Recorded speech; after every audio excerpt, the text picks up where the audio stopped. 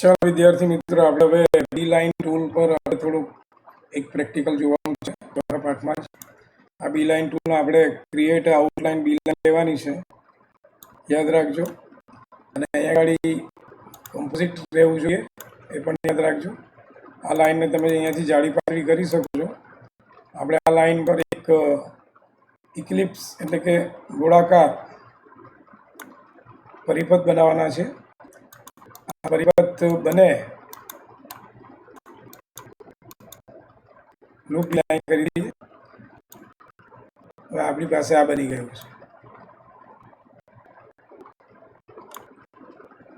વર્તુળાકાર પરિપથ બની ગયો, એની પર એક સર્કલ આપણે લેવાનું છે. એ સર્કલને આપણે આ પરિપથ પર ઘુમાવવાનું છે. જે રીતે સૂર્યની આજુબાજુ પૃથ્વી પર છે ચોક્કસ ઓર્બિટ ઉપર, એવી રીતે આપણે અહીંયા આગળ કામ કરીશું. અહીંયા આપણું એક વર્તુળાકાર છે અને આ વર્તુળાકાર આપણે આ પરિપથ ઉપર ગોઠવવાનો છે. તો અહીંયા આગળ આને ક્લિક કરવાનું, પછી કંટ્રોલ દબાવવાનું, પછી અહીં આગળ રાઈટ ક્લિક કરવાનું. એટલે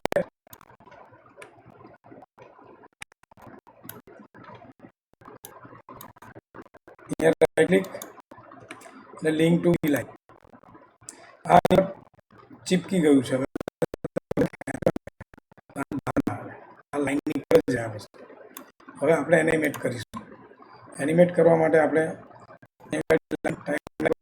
જશું અને કરતા જશું. જે આગળ એનિમેશન કરતા એ રીતે જ કરવાનું છે. આ લાઈન ઉપર જ આ વસ્તુ થશે, પરિભ્રમણ કરશે. સર્કલનું વર્તુળાકાર પરિપથ ઉપર પરિભ્રમણ, આ નામની જે થિયરી અને પ્રેક્ટિકલ હતું તે આ વખતે કોર્સમાં નથી. આ પ્રેક્ટિકલ કોર્સમાં નથી, શીખવાનો પણ નથી, છતાં આપણે પાઠની અંદર છે એટલે આપ જોઈ લીધું છે. ઓકે, આ બધા ખ્યાલ આવી ગયો હશે. આ વસ્તુ આ રીતે દેખાશે. અહીંયા જોઈ શકો છો આપણે કેવું થાય છે તે. આ પ્રિવ્યુ છે.